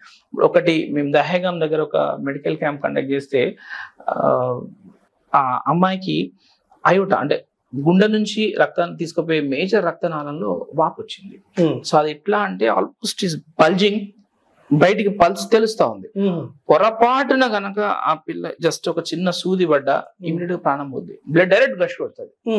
సో ఆ అమ్మాయి అరౌండ్ 10 years 11 years వాళ్ళ ఇంటికి వెళ్తే అంటే నాకు ఇప్పటికీ అసలు అంటే అట్లా ఒక రకమైన అనిపిస్తుంది, అట్లా గూస్ బంప్స్ లాగా. అంటే అక్కడ వెళ్తే వాళ్ళ ఇంట్లో ఏం లేదు, చిన్న పూరి గుడిస, బట్ ఎంత ఆప్యాయత అంటే లోపలి పిలిచి ఏం లేదు, అంబలి ఉందంటే జొన్న అంబలి, సార్ మా ఇంటికి వచ్చిండ్రు మీరు అంబలి అన్నది అయిపోవాలి అంటే జస్ట్ అది కూడా ఏంది మట్టి గ్లాస్ లా అంబలి పోసి ఆ అమ్మాయిని తీసుకొని వచ్చి ఇక్కడ బేసిక్ టెస్టులు చేసి ఇక్కడ నుంచి సన్షైన్ కి తీసుకెళ్లి సన్షైన్ లో 3.5 లక్షలు పెట్టి ఆమెకు స్టెంట్ వేయించేసి టోటల్ గా అసలు లైఫ్ నార్మల్ అయిపోయి తీసుకెళ్ళి ఇంట్లో దింపినాం. ఇప్పటికీ వాళ్ళు ఆల్మోస్ట్ నెలకు ఒక్కసారి వస్తారు హాస్పిటల్కి. జస్ట్ ఏదైనా పని మీద వచ్చినా ఏమైనా వచ్చినా 100% జస్ట్ ఊరికి లేదు సార్ నమస్తే పెట్టి పోదామని వచ్చిన మంతకు నుంచి నా బిడ్డను మంచిగా కాపాడి. బట్ అటువంటి అనుభూతి అది మీరు అంతకు మించి ఏం అవసరం లేదు మనకు. ఇప్పుడు అంటే గవర్నమెంట్ అంటే బ్లడ్ అనేది గుర్తుకొచ్చింది కాబట్టి గవర్నమెంట్ హాస్పిటల్లో ఇన్ని ఫెసిలిటీస్ ఉంటాయి, అంటే బిల్డింగ్ కావచ్చు, బెడ్స్ కావచ్చు, అవి కావచ్చు. మరి అక్కడ ఎందుకు సరైన ట్రీట్మెంట్ దొరకదని ఫీల్ అవుతారా, లేకపోతే అంటే ఎక్విప్మెంట్ ఉండదా అసలు? బేసిక్ గా అంటే నేను ఒక 6-7 ఇయర్స్ గవర్నమెంట్ సర్వీస్ లో ఉండే, అంటే మా ఆ ఉద్దేశం కొద్ది అంటే గవర్నమెంట్ సర్వీస్ కి వచ్చేసరికి ఏమైందంటే బిల్డింగ్స్ అవన్నీ ఉంటాయి కానీ ఇన్ఫ్రాస్ట్రక్చర్ ఉండదు. అంటే అది గవర్నమెంట్ ఫెయిల్యూర్ అనము ఆర్ ప్రజల తప్పుదం కాకుండా అది ఏమవుతుందంటే విన్ విన్ సిచ్యువేషన్లు ఉంటాయి. వాడ గవర్నమెంట్ సిస్టమ్లో ఏమవుతుందంటే ఇప్పుడు ఒక సిటీ స్కాన్ పెడతాం, దాని మెయింటెనెన్స్ ఉండదు, లేదా బ్లడ్ సంబంధించిన పెడతాం, దాని మెయింటెనెన్స్ ఉండదు. ఈ మెయింటెనెన్స్ వల్ల ఏమవుతుందంటే సిస్టమ్ ఫెయిల్యూర్. మ్యాన్ పవర్ ఉంటుంది కదా, సరైన మ్యాన్ పవర్ ఇప్పుడు స్టార్ట్ అయింది కానీ way back 10-15 years back man power కూడా తక్కువ. ఇప్పుడు మేము గవర్నమెంట్ లో డ్యూటీలు చేసేటప్పుడు ఒక్కొక్కసారి 48 గంటలు డ్యూటీ చేయాల్సి వచ్చేది, 48 hours కంటిన్యూస్ గా. సో ఆ మ్యాన్ పవర్ లాక్యూనా గవర్నమెంట్ సిస్టమ్ లో చాలా ఎక్కువ ఉండేది. అదే సార్ కంటిన్యూ 48 hours 2-3 గంటల కంటే ఎక్కువ ఉండరు డాక్టర్ అని చెప్పేసి ఇప్పటికి కూడా అంటా ఉంటారు. అది ఎవరు అంటే 2-3 గంటలు ఎవరు ఉండరు, స్పెషలిస్ట్లు ఎవరైనా సర్వీస్ లో రెగ్యులర్ గా ఇచ్చేవాళ్ళు. బట్ మీరు ఏ గవర్నమెంట్ హాస్పిటల్ మీద ఎమర్జెన్సీ సర్వీసెస్ 100% డాక్టర్స్ ఉంటారు, ఎమర్జెన్సీలో ఉంటారు. ఇప్పుడు ఇదేమైతుందంటే బేసిక్ గా మన వాళ్ళతో సర్జరీస్ కానీ ఫిజిషియన్స్ కానీ కరెక్ట్ 1 గంట 2 గంటలు ఆ టైంలో పోతారు. ఆ టైంలో మనకు డాక్టర్లు దొరకరు. ఓపీ టైమింగ్స్ లో కూడా మనకు 3-4 hours అవైలబుల్ ఉంటుంది. బట్ ఎమర్జెన్సీ సర్వీసెస్ వరకు అన్ని హాస్పిటల్లో కంపల్సరీ 24/7 డాక్టర్ అయితే అవైలబుల్ ఉంటాడు, బట్ చేయలేని పరిస్థితులు ఉంటాడు. థింగ్ ఏంటంటే ఇప్పుడు ఫర్ ఎగ్జాంపుల్ హార్ట్ అటాక్ వచ్చింది ఆసిఫాబాద్ గవర్నమెంట్ హాస్పిటల్లో, ఏం చేయాలి ఆయన? రిఫర్ తప్ప ఇంకేం చేయలేడు. లేదా కోటపల్లి ప్రైమరీ హెల్త్ సెంటర్ లో ఒక డాక్టర్ ఉంటాడు, లైక్ సివియర్ బ్లడ్ వామిటింగ్స్ అయింది, ఏం చేయగలుగుతాడు అక్కడ? అంటే ఇప్పుడు మన రాష్ట్రంకి అంటే health system in the Kerala is very good. ఆ సిస్టమ్ లో 3 types సిస్టమ్. ఇవన్నీ హెల్త్ గవర్నమెంట్ కొన్ని కోట్ల రూపాయలు వెచ్చించడానికి సిద్ధంగా ఉంది, వెచ్చిస్తున్నది. ప్రైవేట్ హాస్పిటల్లో ఉన్న ఇన్ఫ్రాస్ట్రక్చర్ అందులో ఎందుకు ఉండలేకపోతున్నది? అదేంటంటే ఇక ఒకటి కమిట్మెంట్, ఆ ఇన్ఫ్రాస్ట్రక్చర్ డెవలప్మెంట్ చేయాలి, దానికి సంబంధించిన మ్యాన్ పవర్ పెట్టాలి, ప్లస్ ఆ మ్యాన్ పవర్ ని మెయింటైన్ చేయాలి. ఇవన్నీ ఒకదానొకటి లింక్ ఉన్న సిస్టమ్స్. సో 3 types సిస్టమ్ అంటే హెల్త్ సిస్టమ్ ఇప్పుడు ద వెరీ గుడ్ సిస్టమ్ యాక్చువల్గా primary level, secondary level, tertiary level, ఈ 3 లెవెల్లో సిస్టమ్ ఉండాలి. ఆ 3 లెవెల్లో డాక్టర్స్ ని ఆర్ సపోర్టింగ్ స్టాఫ్ ని, దానికి సంబంధించిన మెడిసిన్ ని, దానికి సంబంధించిన మానిటరింగ్ ని, అన్ని పెట్టినా మానిటరింగ్ సిస్టమ్ కరెక్ట్ లేకుంటే ప్రాబ్లం అవుతుంది. సో ఇవన్నీ హ్యాండ్ ఆన్ నడుపుకుంటూ వెళ్ళాలి. నడుపుకుంటూ వెళ్తే 100% చేయగలుగుతాం. బట్ ఇంకా కొంత అంటే ప్రభుత్వం సిస్టమ్ ఇంకా కొద్దిగా టైం పడుతుంది అంతా రావడానికి. ప్రైవేట్ సిస్టమ్ వచ్చేసరికి ఏమవుతుంది, they will invest the money, definite గా గెయిన్స్ ఆశిస్తారు. కాబట్టి 100% క్వాలిటీ మెయింటైన్ చేసుకుంటారు. పాము తేలు కాటు, పాము కాటుకు సంబంధించి కూడా మంచిర్యాల గవర్నమెంట్ హాస్పిటల్లో ట్రీట్మెంట్ ఇచ్చి మళ్ళీ ఎమర్జెన్సీ పరిస్థితుల్లో మిడ్ లైఫ్ ఒకటి కొత్త నమ్మకం లేక, అంటే ప్రభుత్వ వ్యవస్థ మీద నమ్మకం లేక, ప్రభుత్వ వ్యవస్థ మీద నమ్మకం కలగడానికి టైం పడుతుంది. బట్ ప్రభుత్వంలో కూడా ఇప్పుడు మంచిర్యాల గవర్నమెంట్ హాస్పిటల్ అన్ని ఫెసిలిటీస్ ఉన్నాయి, అందరూ డాక్టర్స్ ఉన్నారు. బట్ ఓన్లీ థింగ్ ఈజ్ ప్రజల్లో కూడా కొంత నమ్మకం కలగాలి. ఇప్పుడు వెళ్ళి ట్రీట్మెంట్ తీసుకుంటాం, మేము ఉండగలుగుతాం అనే నమ్మకం రావాలి. ఆ నమ్మకం డెవలప్ కావాలి అంటే ఇక అటు ప్రజలు నమ్మకంతో ఉండాలి, and at the same time administration కూడా ఆ నమ్మకం కలగజేయాలి. ఇవన్నీ 2 కలిస్తే డెఫినెట్ గా అక్కడ ఉండగలుగుతారు. ఇది కొంచెం టైం పడుతుంది. ఇక అంటే ఇప్పుడు ఒకటే రోజుల్లో 2 రోజుల్లో వచ్చే మార్పు రాదు. ఇప్పుడు ఆరోగ్యశ్రీ ద్వారా గవర్నమెంట్ హాస్పిటల్లో, నిమ్స్ లాంటి హాస్పిటల్లో కొన్ని వేల సర్జరీస్ చేసిండు, గుండెకు సంబంధించిన మార్పులు చేసిండు. మీరు నిమ్స్కి వెళ్తే, NIMS is public private system ఉన్న హాస్పిటల్. నిమ్స్ లో జరగనిది, ఇది లేనిది అనేది ఏది ఉండదు.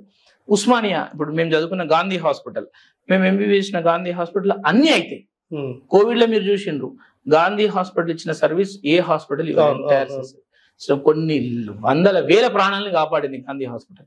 ఇంకా అవేమవుతుందంటే స్లో డెవలప్మెంట్ అనేది స్లో ఉంటుంది. కమిట్మెంట్ రావాలి, బేసిక్ అది కమిట్మెంట్ ఎవ్రీ లెవెల్లో. పబ్లిక్ కి నమ్మకం కలగాలి, వైద్యులు నమ్మకం కలగజేయాలి, అండ్ నెక్స్ట్ అడ్మినిస్ట్రేషన్ కూడా మాకు ఈ సిస్టమ్ ఉంది, మేము చేయగలుగుతున్నాం అనేది చేయగలగాలి.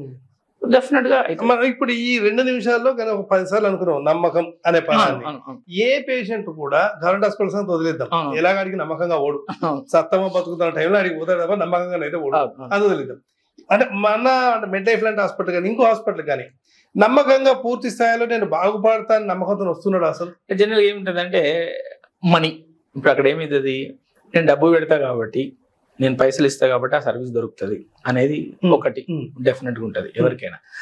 ఇప్పుడు అంటే ఒక ఎగ్జాంపుల్ మనం అనకూడదు కానీ, ఇప్పుడు కోవిడ్ వ్యాక్సిన్ ప్రభుత్వం ఫ్రీగా ఇచ్చింది. నా దగ్గరకు వచ్చే చాలా మంది పేషెంట్స్, సార్ నాకు అంత మంచిగా ఉండే, ఆ ఇంజక్షన్లు ఇచ్చినాక నీ సమస్య స్టార్ట్ అయింది, బికాజ్ అది ఫ్రీ ఆఫ్ కాస్ట్ ఇచ్చింది కాబట్టి. అదే పైసలకి ఇచ్చింటే ఐఎమ్ ద గ్రేట్, అసలు నేను మంచి ఇంజక్షన్ తీసుకున్నా, కాస్ట్లీ ఇంజక్షన్ తీసుకున్నా సార్, అందుకే మంచిగా. మా పక్కోళ్ళు 1000 రూపాయలు ఇంజక్షన్ తీసుకుని నేను 2000 ఇంజక్షన్ తీసుకున్నా, ఒకటి ఈరోజు ఇట్లున్నా అంటుండే. సో కొంత మనీ పెడతాం కాబట్టి. ప్లస్ రెండవది ఏమవుతుందంటే, డెఫినెట్ గా private system, health system, infrastructure advance ఉంటుంది, no doubt about it. So no team of doctors ఉంటారు కాబట్టి సర్వైవల్ రేట్ డెఫినెట్ గా డిఫరెన్స్ ఉంటుంది అన్న డౌటే లేదు. కోవిడ్ అనే టాపిక్ వచ్చేసరికి మా కుమార్ సార్ బాగా నష్టపోయిండు. అసలు కోవిడ్ లో ఎవడెవడో బాగుపడి లక్షలు దొబ్బెత్తే, కోట్లు దొబ్బెత్తే, మావాడు అసలు కోవిడ్ పేషెంట్ చూసుకోలేదు, అసలు రావద్దన్నాడు.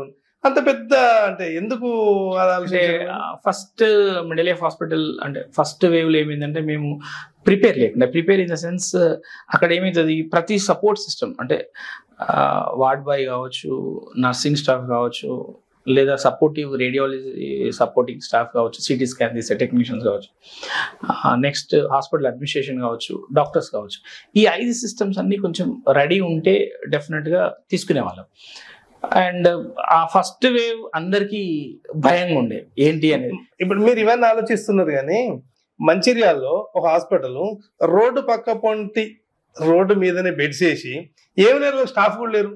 మీరు ఇప్పుడు స్టాఫ్ అట్మాస్ఫియర్ ఎంత అంటున్నారు, అప్పుడు వేసి కొన్ని కోట్లు సంపాదించిన పేరు ఉంది. అంటే ఇప్పుడు ఏంటంటే ఎథిక్స్, మెడికల్ ఎథిక్స్. సో మేము హాస్పిటల్ పెట్టిన దగ్గర నుంచి ఇప్పటి వరకు ఏ రోజు మా మెడికల్ ఎథిక్స్ పోగొట్టుకోము.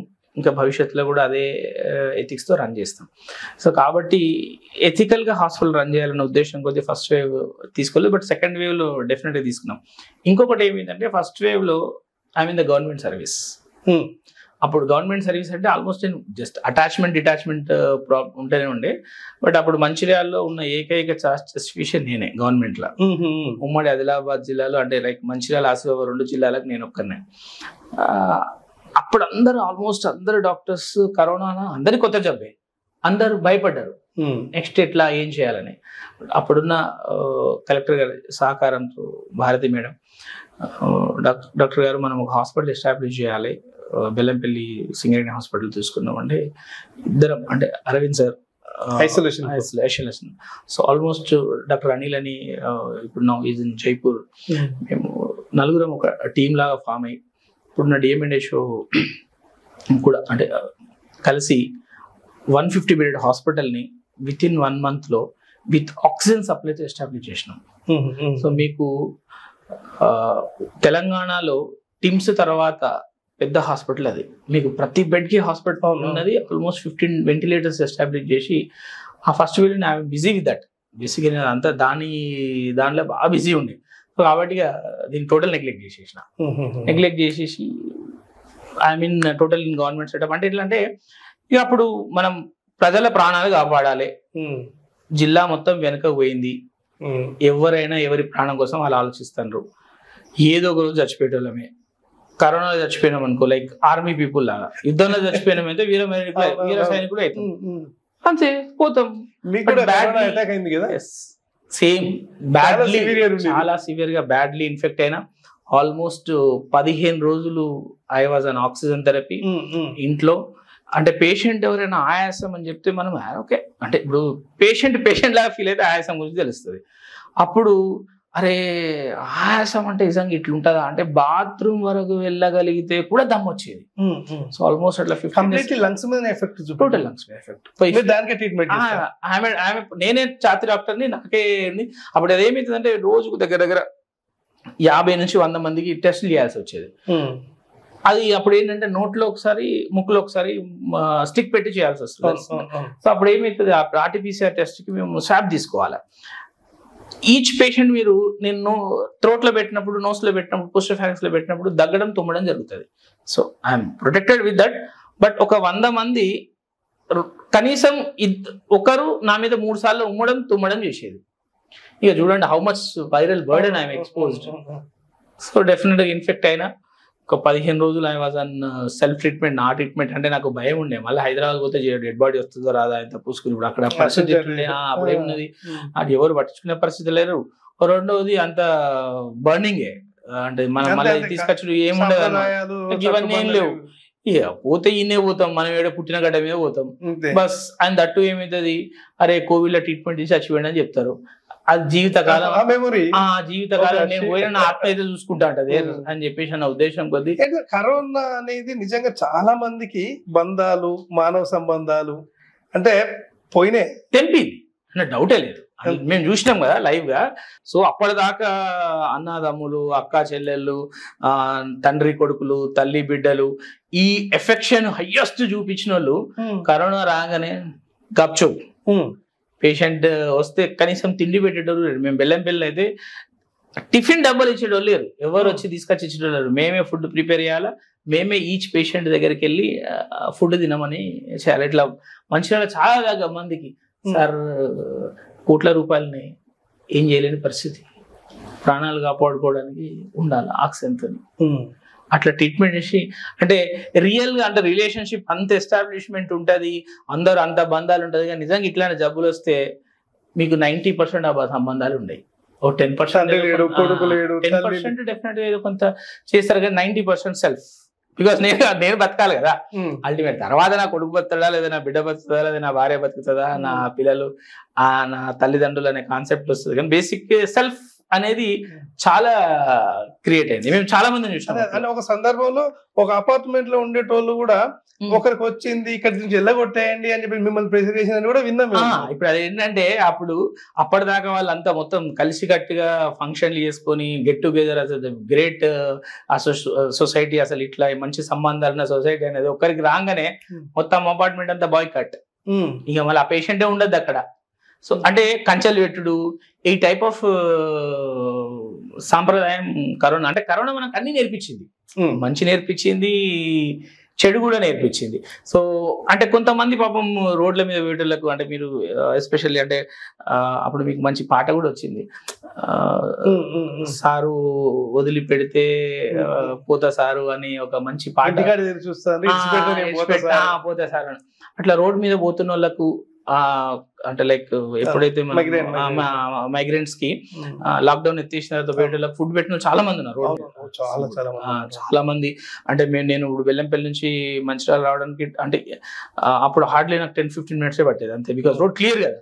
రోడ్ మీద వేటోళ్ళు అందరికి చాలా మంది ఫుడ్ పెట్టి, చాలా మంది ఇక్కడ నుంచి కూడా మహారాష్ట్ర రోడ్ల మీద వాళ్ళ ఇండ్లలో వండుకొని తీసుకొచ్చి పెట్టిన సందర్భం ఉంది. బట్ పేషెంట్ వస్తే మాత్రం అట్ ద సేమ్ టైం ఆ డిస్టెన్స్ కూడా మెయింటైన్ చేసింది. మళ్ళీ ఎఫెక్ట్ ఉంటుందంటారా కోవిడ్? అంటే 2025 కూడా అయిపోతుండదు మరి సమ్మర్ ఇది. అంటే నెక్స్ట్ వచ్చే ఎవ్రీ 10 to 15 years మాత్రం సమ్ వుడ్ ఆఫ్ ఏదో పాండమిక్ అయితే ఛాన్స్ ఉంటుంది డెఫినెట్ గా. అంటే ఇదైతే 100 years వచ్చింది. బట్ కరోనాలో అంటే ఎప్పుడైనా ఎపిడమిక్ ఆర్ పాండమిక్స్ వచ్చినప్పుడు 3 to 4 waves, 2 waves, 3 waves, 4 waves ఈ టైప్ ఆఫ్ ఉండదు. General first wave second wave ఉంటుంది. బట్ నెక్స్ట్ మన అంటే ఈ రాబోయే తరం మాత్రం 10 నుంచి 15 సంవత్సరాలు ఆర్ 20 సంవత్సరాలకు ఒకసారి ఏదో ఒక పాండమిక్. మెడికల్ ఏం ఎక్స్పెక్ట్ చేస్తారు సార్? వైద్య రంగం ఏదో ఎట్లాంటి వైద్య రంగం అంటే వైద్య రంగం సవాళ్ళని ఎదుర్కొంటది, no doubt about it. But సవాళ్ళని ఎదుర్కొనే పక్షంలో కొంతమంది ప్రాణాలు అయితే పోతాయి, అందులో డౌట్ లేదు. అంతకుముందు ఒకసారి ప్లేగ్, తర్వాత కలరా, ఇప్పుడు లంగ్స్ కి సంబంధించి కోవిడ్. నెక్స్ట్ అంటే దేని మీద ప్రైమరీ జనరల్ ఏమైతుందంటే మీ ఏ ఆర్గాన్కి డిసీజ్ వచ్చినా మనిషి అంత తొందరగా చనిపోడు. ఈవెన్ ప్లేగ్ కూడా లంగే, న్యూమోనిక్ ప్లేగ్ అంటే.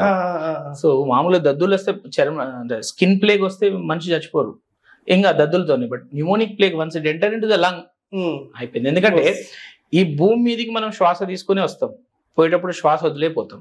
వన్స్ శ్వాస ఆగిపోయిందంటే మనిషి చచ్చిపోయినట్టే. సో నేచర్ ఏం చేస్తుంది, ఇప్పుడు ఇంత ఎనార్మస్ 900 కోట్ల జనాభా ఈ భూమి మీద ఉంది. సో ఎక్కడో కూడా చెక్ పెట్టాలి కదా. ఇప్పుడు ఒకప్పుడు కొన్ని వేల అంటే లక్షల సంవత్సరాల కింద డైనోసార్లు ప్రతి అంటే ఒకరు యుగం నడుస్తూ ఉంటది, ఒక టైం నడుస్తూ ఉంటది. ఒకప్పుడు డైనోసార్ల టైం నడిచింది, ఇంకోసారి ఇంకొక వాటి నడిచింది, ఇప్పుడు మన హ్యూమన్ నడుస్తుంది. సో హ్యూమన్ కి చెక్ పెడుతుంది నేచర్. ఇప్పుడు మనం నేచర్ ని డిస్ట్రాయ్ చేస్తున్నాం, ప్రకృతిని విధ్వంసానికి గురి చేస్తున్నాం. ఇప్పుడు మీరు చూడండి, ఒక 40-50 years బ్యాక్, 40 years బ్యాక్, నా చిన్నతనంలో 43, 44, ఒక 35 years బ్యాక్ వర్షాల టైంలో పడేటి, చలికాలం కరెక్ట్ ఉండేది, ఎండాకాలం కరెక్ట్ ఉండేది, ఎండలు ఇంత ఉండకపోవు, అన్ని ఒక పద్ధతి ప్రకారం ఉండే. ఈ 30-40 ఏళ్ళ అంటే ఈ 3 decades లోనే చాలా వాతావరణంలో మార్పులు చూస్తున్నాం. అంటే నేచర్ ని చాలా డిస్ట్రాక్ట్ చేస్తున్నాం. ఎప్పుడైతే ప్రకృతి విధ్వంసానికి గురవుతుందో ప్రకృతి రిపేర్ చేసుకుంటది. ఆ రిపేర్ లో మనల్ని టెస్టులు పెడతా ఉంటది. టెస్ట్ పెట్టాలి అంటే ఏం చేయాలి, ఇమీడియట్ గా తీసేయాలంటే లంగ్ ఒకటే, మీది వేరే ఆర్గాన్ లేదు. సో ఉచితిగా పెడుతుంది అవుట్. మరి సార్ డెవలప్మెంట్, ఇప్పుడు ప్రకృతి అనేది పోకపోతే చెట్లను కట్ చేయకపోతే బిల్డింగ్లు కట్టలేము, సిటీలు డెవలప్మెంట్ చేయలేము, ఏంటి పరిస్థితి? అంతే ఇప్పుడు అంతే. అందుకని ఏంటంటే అల్టిమేట్లీ మన పాపులేషన్ కంట్రోల్ చేసుకుంటే అయిపోతుంది. ఇప్పుడు 100 ఏళ్ల కింద 400 కోట్లు 500 కోట్లు ఉన్న జనాభా వితిన్ 100 years లో డబుల్ అయిపోయాయి. డబుల్ అయిపోయిన తర్వాత డిస్ట్రక్షన్ ఇంత చేసుకుంటూ పోతే నేచర్ ఏం చేస్తుంది, ఇంత ఎనార్మస్ డెవలప్మెంట్ ని అది కూడా ఓర్చుకోదు. సో చెక్ పెడుతుంది, చెక్ పెట్టి క్లీన్ చేస్తా ఉంటది. మీకు డార్విన్ సిద్ధాంతం ఉంటది, నేచర్ సెలెక్షన్ అంటే ప్రకృతి మనుగడ. అదేం చేస్తుంది, ఎవరు ఉండాలో ఎవరు ఉండకూడదు అని సెలెక్ట్ చేస్తుంది. సెలెక్ట్ చేసి మీకు దాన్ని క్లియర్ చేస్తుంది. సైకిల్ ఈ వలయంలో చిక్కాల్సిందే మనం, చిక్కుతాం అంతే. ఆ పరిణామ సిద్ధాంతంలో తిప్పుతాం. నేచర్ సెలెక్ట్ చేసుకుంటది, నేచర్ మంచిగా ఉండాలని సెలెక్ట్ చేస్తుంది, రిమూవ్ చేయాలంటే రిమూవ్ చేసేస్తుంది. అంటే ఇప్పుడు సార్ సింగరేణి విషయానికి వస్తే, సార్ సింగరేణిలో లంగ్స్ కి సంబంధించి బాగా ప్రాబ్లం ఉంటుంది. అంటే బయట అన్ని ప్రాంతాల కంటే అది డస్ట్ కి సంబంధించి సింగరేణిలో పూర్తిగా దుమ్ము ధూళిలోనే పనిచేయాలి. బ్లాక్ లంగ్స్ అని చాలా కలిసి మనం అనుకుంటాం. ఇప్పుడు ఆ ఎఫెక్ట్ ఏమన్నా ఉందా సార్? డెఫినెట్ గా. అంటే ఇప్పుడు మనకంటే ఇప్పుడు కొత్త వాళ్ళకి చాలా ఫెసిలిటీస్ పెరిగినాయి. అంటే ఇప్పుడు పనిచేస్తున్న వాళ్ళకి పెరిగినాయి. కానీ అంటే నేను సింగరేణి బిడ్డనే, మా father Singareni employee. So under ground నేను 2 సార్లు వెళ్ళి వచ్చిన కిందికి. అంటే 30 years బ్యాక్ సింగరేణిలో పరిస్థితి ఇంత అంటే ఫిల్టరింగ్ సిస్టమ్ లేకుండే, ఫెసిలిటీస్ లేకుండే, ప్లస్ మరణాలు కూడా చాలా ఎక్కువ ఉంటుండే. అంటే లైక్ సేఫ్టీ ప్రికాషన్స్ లో కావచ్చు, ఏదైనా ప్రికాషన్స్ ఇప్పుడు చాలా చాలా చాలా తక్కువ అయిపోయినాయి. ఆ జనరేషన్ వాళ్ళు మాత్రం ఇప్పుడు ఎఫెక్ట్ అవుతున్నారు. డెఫినెట్ గా దాన్ని కోల్ వర్కర్స్ న్యూమోకోనియోసిస్ అంటారు ఆ జబ్బుని. సో ఆ కోల్ వర్కర్స్ న్యూమోకోనియోసిస్ అనేది ఫైన్ డస్ట్ కి ఎక్స్పోజ్ అయినప్పుడు ఏమవుతుందంటే ఊపిరితిత్తుల లోపల ఆల్వియోలేస్ అని చాలా చిన్న భాగం ఉంటుంది, అక్కడికి వెళ్ళి ఫైన్ డస్ట్ అంతా డిపాజిట్ అవుతుంది. సో డిపాజిట్ అయ్యి అది క్లియర్ కాక శ్వాస సంబంధించిన సమస్యలు చాలా మన పారిశ్రామిక ప్రాంతంలో ఎక్కువ. ఒకటి కోల్, రెండోది ప్లాంట్స్. మీరు చూడండి పవర్ ప్లాంట్, మన విద్యుత్ మెయిన్, ఎరువుల తయారీ, సెరామిక్ ఇండస్ట్రీ. సో ఈ పారిశ్రామిక ప్రాంతం అంటే రామగుండం, మంచిర్యాల ఈ పారిశ్రామిక ప్రాంతంలో NTPC 2400 megawatts of power generate చేస్తుంది. ఎంటైర్ సౌత్ ఇండియాకి పవర్ ఇస్తుంది. 2400 పవర్ జనరేట్ చేయాలి. ఎంత బొగ్గు బర్న్ కావాలి, అక్కడ బర్న్ అయిన తర్వాత దాని నుంచి ఎంత విషవాయువులు రిలీజ్ కావాలి, ఆ విషవాయులను ఎక్కడికి పోతే ఇక్కడికి స్ప్లిట్ అయ్యాలి. సో ప్రపంచానికి వెలుగులు ఇస్తూ మనం మన ప్రాణాలను పోగొట్టుకుంటున్నాం. అది తప్పదు. సింగరేణిలో రిటైర్ అయిన ఎంప్లాయీస్ అంటే ఇది చాలా మందికి ఇది డౌట్ ఉంది. పల్లెటూళ్ళకి పోతే వాతావరణం పడలేదు, ఆ వాతావరణం పడలేదని వచ్చి వాళ్ళ హోల్ పెట్టుకుంటారు. అంటే దీనికి ఏంటంటే ఊపిరితిత్తులు ఆ అలవాటు ఆ గాలిని తీసుకోవడానికి ఇబ్బంది పడతాయా, లేకపోతే అసలు ఏంటంటే అంటే అంటే అది ఒక రకంగా అపోహనే. ఎందుకంటే వాతావరణం పడకపోవడం కంటే పల్లెటూరు మైండ్ లో దిగి దిగి మనం అడాప్ట్ చేసుకున్నది లంగ్స్ అదే అని చెప్పి పల్లెటూరు వాతావరణం పోతే ఏమవుతుందంటే మెయిన్ గా ఫెసిలిటీస్ ఉన్నాయి. ఇప్పుడు మనం ఈ కోల్ బెల్ట్ ఏరియాలో ఉండి వాటర్ కి, మెడికల్ ఫెసిలిటీస్ కి, లేదా ఇంకొక దానికి, లేదా అంటే రెగ్యులర్ చెప్పిన గ్రాసరీస్ కావచ్చు, వీటన్నిటికి మనం ఇక్కడ అలవాటు పడి ఉంటాం. విత్ ఇన్ 5 to 10 minutes లో దొరుకుతుంది. అక్కడికి పోయేసరికి అవి దొరకవు ఒకటి. రెండవది మోస్ట్ ఆఫ్ విలేజెస్ వెళ్ళిన తర్వాత ఏంటంటే ఆ వాతావరణం పోయి ఆల్కహాల్కి అడిక్ట్ అవుతారు ఎక్కువ మంది. మీరు చూడండి, రిటైర్ అయ్యి మళ్ళీ ఊరికి పోయిన వాళ్ళందరూ ఎక్కువ మంది మద్యపానానికి అలవాటు పడతారు. సో అన్కంట్రోల్ అయిపోతుంది, మెడికల్ ఫెసిలిటీస్ దూరం అవుతారు. మూడవది ఏమవుతుందంటే డెఫినెట్ గా కొంత అపోహ ఉంటుంది. అరే ఇప్పటిదాకా మేము మన దగ్గర వీడికి వచ్చినాక వాతావరణం మారిపోయింది, సూట్ అవుతుంది అంటే ఇప్పుడు ఏమవుతుంది, కోలు అంటే చల్లటి వాతావరణం ఎక్స్పోజ్ ఇమీడియట్ గా దగ్గు జలుబు స్టార్ట్ అవుతుంది. దగ్గు అరే నాకు అక్కడ ఉన్నప్పుడు ఏం లేకుండా వీడికి వచ్చినాక దగ్గు జలుబు స్టార్ట్ అయింది, కోల్డ్ వెదర్కి ఎక్స్పోజ్ అయినా కాబట్టి స్టార్ట్ అయింది. సో దాంతో ఏమవుతుంది, కొంత అరే నాకు ఆ వాతావరణం వల్ల నేను పాత ఏరియాకి పోతేనే మంచిగా ఉంటుంది. సో అంటే జనరల్ గా నా ఉద్దేశంలో మాత్రం అపోహనే, ఊరికి పోతేనే ఇంకా ప్రశాంతంగా ఉండగలుగుతారు. ఎందుకంటే మీరు ఇప్పుడు ఇంకా అప్పుడప్పుడు ఏమైనా ప్రాక్టీస్ చేస్తారా, బర్రెలు పాలు పిండడాలు ఇండ్లలో? ఒక చిన్నప్పుడు ఉండే డెఫినెట్ గా, ఎందుకంటే నేను పుట్టి పెరిగింది చెప్పినాను మన గోదావరికి అని. మాది అంటే నార్మల్ మిడిల్ క్లాస్ ఫ్యామిలీ. మా ఫాదర్ సింగర్ ఎంప్లాయ్ ఉండే, మా మదర్ కష్టపడుతుండే. మాకు ఒక 5 బర్రెలు ఉంటుండే. అప్పుడు పొద్దున్న లేవగానే ఆ బర్రెలకు సంబంధించిన పాలు వినడం, దానికి కుడిది వేయడం, అంటే మా రెగ్యులర్ చదువుతో పాటు అవి సర్వసాధారణం. నాకు ఇప్పటికి కూడా అంటే ఒకటి కొనుక్కొని నిజంగా మన పాలు మనమే చేసుకోవాలి అని ఉంటుంది. కానీ ఈ బిజీ లైఫ్ లో చాలా కొద్దిగా కష్టం కుడుతుంది. కానీ బట్ డెఫినెట్ గా రిటైర్మెంట్ అంటే 60-65 years తర్వాత నేను ఆ ప్రాక్టీస్ కి రిలాక్స్ కావాలి. మీరు జుడో స్టేట్ ప్రెసిడెంట్ చేసిండ్రట మీరు, అంటే యాక్చువల్ చాలా అగ్రెసివ్ ఉండాలి. మరి ఏంటి ఇంత సాఫ్ట్నెస్? అంటే మిమ్మల్ని ఒక పేషెంట్, మేము కొంతమంది పేషెంట్ తో మాట్లాడినాం, వెళ్తే పెద్ద వయసు వాళ్ళు అయితే నాన్న డాడీ, కొద్దిగా పెద్ద వయసు వాళ్ళతో అవ్వ, అమ్మాయిలు వాళ్ళు కనబడితే చెల్లి తల్లి, అంటే ఇంత సాఫ్ట్నెస్ అని. మరి జూడా అనగానే జూడా ప్రెసిడెంట్ స్టేట్ ప్రెసిడెంట్ చేస్తే మొత్తం ఆవేశము అట్లా ఉండాలి. డెఫినెట్ గా అంటే జూడా ప్రెసిడెంట్ గా చేసినప్పుడు ఆవేశం ఉండే. అది ఎందుకంటే వ్యవస్థలో మార్పు రావాలి. అంటే నేను మళ్ళా అంటే ఎప్పుడైనా అంటే నేను private hospital, I'm the one of the founder ఒక బిగ్ కార్పొరేట్ హాస్పిటల్ కి ఈ ఏరియాకి. బట్ విద్య, వైద్యం, వ్యవసాయం, రహదారులు, ఈ 4 మాత్రం ఎప్పుడు ప్రభుత్వ ఆధీనంలో ఉండాలి. అది నా from the bottom of the heart. ఎందుకంటే అవి ప్రభుత్వ ఆధీనంలో ఉంటే మీకు ఏం అవసరం ఉండదు. అంటే ప్రతిదీ దాని మీద డిపెండ్ అవుతుంది. ఇప్పుడు పొద్దున్న లేస్తే పిల్లల స్కూల్స్, మన హెల్త్, మనం ఎక్కడికి పోవాలన్నా ఊరు, మనం తినాలంటే తిండి. ఇప్పుడు ఈ భూమి మీద ఉన్న ఏదైనా కావాల్సింది తిండి, నిద్ర. ఈ బేసిక్ నీడ్స్ కనుక ప్రభుత్వ ఆధీనంలో ఉంటే ఇక మనకు వేరే అవసరం ఉండకపోయేది.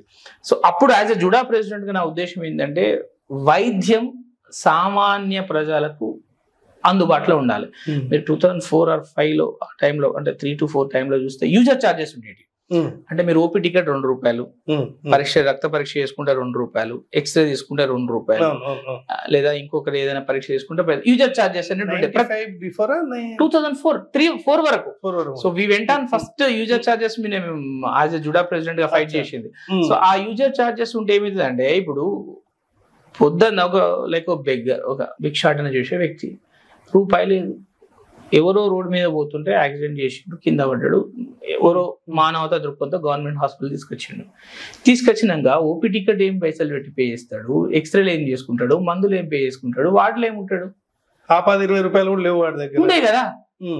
So we went on strike, almost 17-18 days strike చేసి ఇప్పుడు ఉమ్మడి Andhra Pradesh Chandrababu government last went strike user charges తీసేసినాం. అది major thing for the government hospitals. అంటే అది బేసిక్ నీడ్స్ ని మనం ఫ్రీ ఆఫ్ కాస్ట్ లో ఇవ్వగలగాలి. సో అంటే దాని మీద కొంత భిన్నాభిప్రాయాలు ఉండేటివి. బట్ ఏదున్నా ఆ ఛార్జెస్ తీసేసి అప్పుడున్న పరిస్థితులు ఏంటంటే అగ్రెసివ్ ఉండాల్సి వచ్చేది. బట్ ఒకసారి ప్రాక్టీస్కి వచ్చినాక ఇప్పుడు మనం ఈ టైప్ ఆఫ్ అంటే ఇప్పుడు మనం వైద్యం అందించే స్థితిలో ఉన్నాం, అప్పుడు డిమాండ్ చేసే స్థితిలో ఇప్పుడు అందించే స్థితిలో ఉన్నాం. కాబట్టి ఆ వాయిస్ డెఫినెట్ కొద్ద మార్పు వస్తుంది ఇది. కానీ అప్పుడప్పుడు చిన్నగా అప్పుడప్పుడు రైజ్ అవుతా ఉంటుంది. ఎందుకంటే నేనే చూసిన ఒక మొన్న 10-15 నిమిషాలు కూర్చొని మాట్లాడితే ఒక పేషెంట్ 5 సార్లు వచ్చిన డౌట్ అడిగారు. అంటే ఓపిక కూడా కావాలి, ఓపికతో ఆన్సర్ చేయాలి. ఏం చెప్తారు సార్ అంటే పేషెంట్స్ కి? అంటే ఇప్పుడు మీరు ఇంత ఓపికగా ఉన్నప్పటికీ కూడా అప్పుడప్పుడు కోపం వస్తూ ఉంటుంది అంటారు. ఈ అటెండెన్స్ మెయిన్ నేను అనేది ఏంటంటే ఎంతో జాగ్రత్తగా వైద్యం చేయాల్సిన పరిస్థితుల్లో పేషెంట్ కష్టపడితే ఈజీగా బతుకుతారు తెలిసినప్పుడు కూడా వీళ్ళు ఇట్లా చేస్తున్నప్పుడు అటు పేషెంట్ కానీ అటెండర్లకు కానీ మీరు ఒకటి చెప్పాను, కొద్దిగా డైవర్ట్ చేస్తాం లేదా ఇంకోటి చేస్తామని. ఫైనల్ గా అసలు మీరు పేషెంట్ కి అసలు ఏం చెప్తారు? ప్రజలకు ఒక అవేర్నెస్ చెప్తారు. బేసిక్ గా అంటే మీరు హాస్పిటల్లో ఏ హాస్పిటల్కి వెళ్ళినా ఫస్ట్ నమ్మకంతో హాస్పిటల్ అడిగేయాలి. రెండోది ట్రీట్మెంట్ చేసే వైద్యుని మీద నమ్మకం ఉండాలి. మళ్ళీ నమ్మకం అనే పదమే చాలా ఇంపార్టెంట్ ఇక్కడ. ట్రస్ట్, బాండింగ్ డెవలప్ కావాలి. మూడోది తర్వాత వైద్యంలో భరోసా పెంచాలి. లైక్ మీరు ట్రీట్మెంట్ ఇవ్వండి, చేస్తాం. లేదు మీకు అక్కడ వ్యవస్థ మీద నమ్మకం లేదు, ట్రీట్మెంట్ సరిగా అందట్లేదు అనిపిస్తే గో టు హైయర్ సెంటర్. అక్కడే ఆర్గ్యుమెంట్ చేసి అక్కడే ఏదో మేము గెయిన్ చేయాలి, లేదా నేను నా సుపీరియారిటీ నేను డాక్టర్ మీద ప్రూవ్ చేయాలి, లేదా ఇంకో మీద ప్రూవ్ చేయాలి అంటే అల్టిమేట్లీ మన పేషెంట్ లూజర్ అవుతారు. సమస్య వచ్చినప్పుడు హాస్పిటల్కి వెళ్ళాలి, సరైన టైంలో వెళ్ళాలి, సరైన వివరణ పేషెంట్ అటెండెన్స్ నుంచి అంటే మనం చెప్పాలి. చెప్పిన తర్వాత మనం ఆ ట్రీట్మెంట్ సాటిస్ఫై అయితే అక్కడ ఉండాలి, లేదంటే ట్రీట్మెంట్ సాటిస్ఫై లేకపోతే go to some hire centre. అంటే ఇప్పుడున్న పరిస్థితుల్లో మనకు సర్వీస్ దొరకకపోవడం ప్రశ్న లేదు. అంటే ఒకప్పుడు 50 ఏళ్ల కిందనో 100 ఏళ్ల కిందనో మెడికల్ ఫెసిలిటీస్ లేవు కావచ్చు, అప్పుడు దొరకలేదేమో. కానీ ఇప్పుడు మీకు అలాగ అవసరమే లేదు. మంచిర్యాలలో బొచ్చడ హాస్పిటల్ ఉన్నాయి.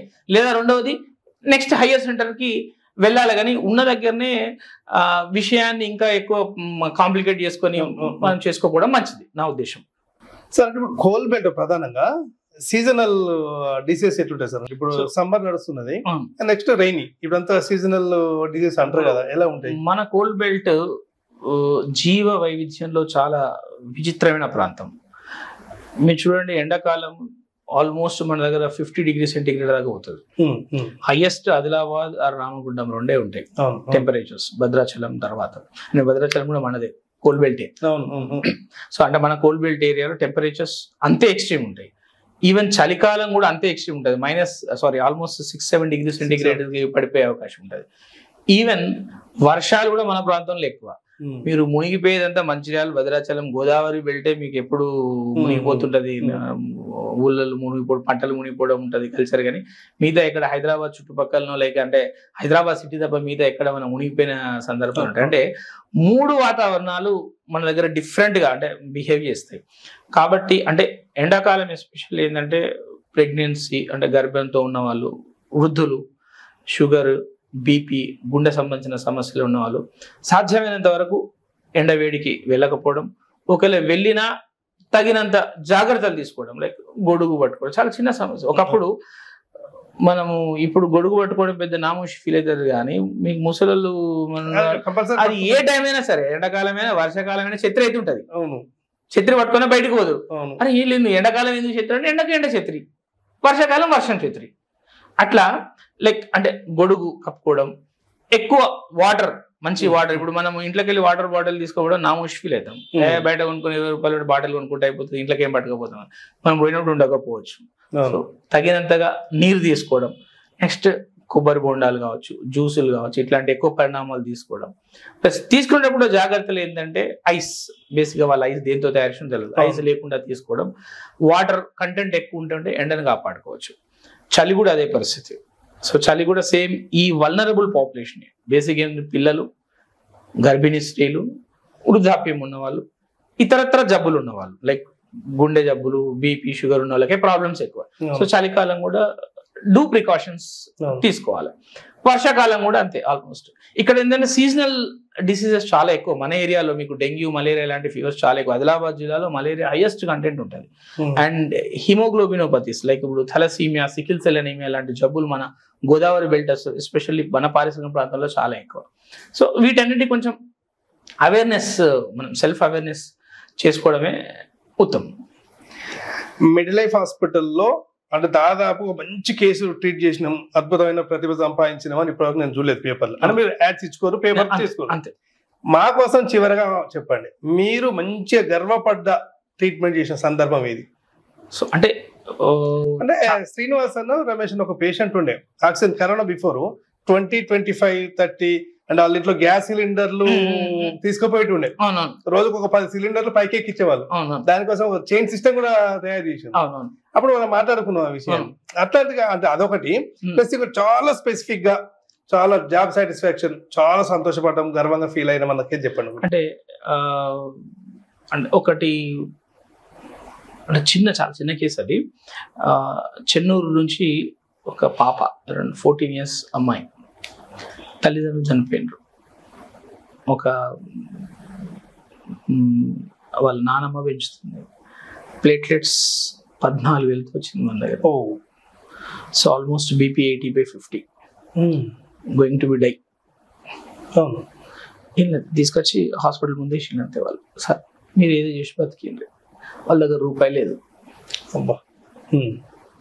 అడ్మిట్ చేసుకొని బేసిక్ ఇన్వెస్టిగేషన్ చేసి 2 units బ్లడ్ ఎక్కించి 1 week ఆ అమ్మాయికి అన్ని సదుపాయాలు చేసి ఇంటికి పంపించాను. So that was very happy. అంటే తల్లిదండ్రులు లేని అమ్మాయి.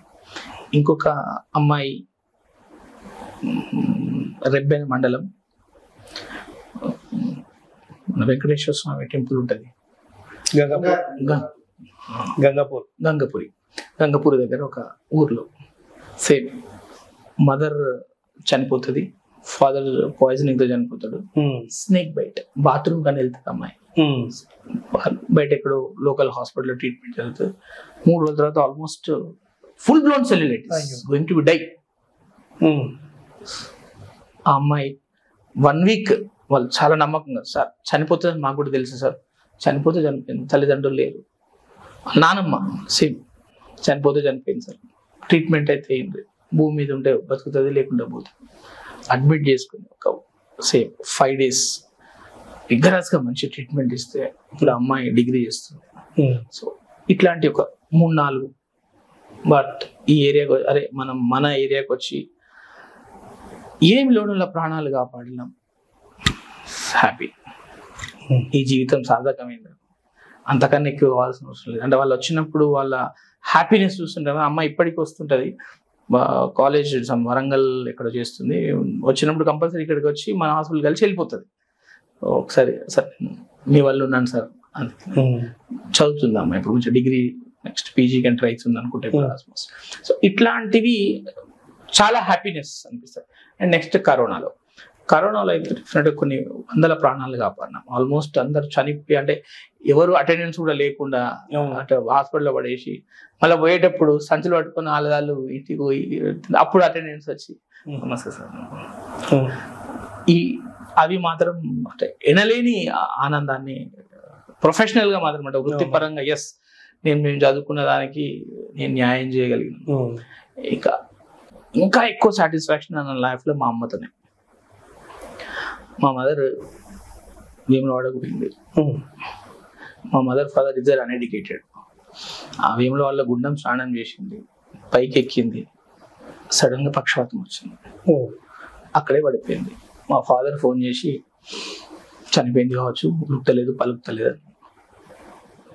సో ఇమీడియట్గా 108 ఫోన్ చేసి అక్కడ 108తో కోఆర్డినేట్ చేసుకొని ప్లస్ ఇక్కడ నుంచి నేను ఒక అంబులెన్స్ తీసుకుని వెళ్ళి 2 మధ్యలో ఎక్స్చేంజ్ సిస్టమ్ పెట్టి అక్కడ నుంచి కరీంనగర్ తీసుకొచ్చి కరీంనగర్లో ఎంఆర్ఐ చేయించి బ్లీడ్ లేదు ఓన్లీ ఇన్ఫాక్ట్ అనేది తెలుసుకొని ఇమీడియట్గా మళ్ళీ హైదరాబాద్కి షిఫ్ట్ చేసి థ్రాంబులైజ్ చేసి ఇన్ ద మిడ్ నైట్ మా మదర్ 70/40 బీపీకి వెళ్ళింది.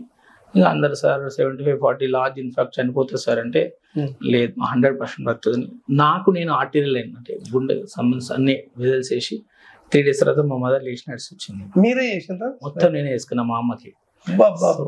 దట్ వాస్ జన్మ ధన్యమైంది, నా జన్మ ధన్యమైంది. ఎందుకంటే మా మదర్ నేను చదువుకున్నందుకు మా మదర్ని కాపాడుకోగలిగిన. ఇంకా ఇట్లాంటి మీరు ఇంకా చాలా చాలా చేయాలని కోరుకుంటూ మా స్టూడియోకి వచ్చినందుకు ధన్యవాదాలు సార్. Thank you.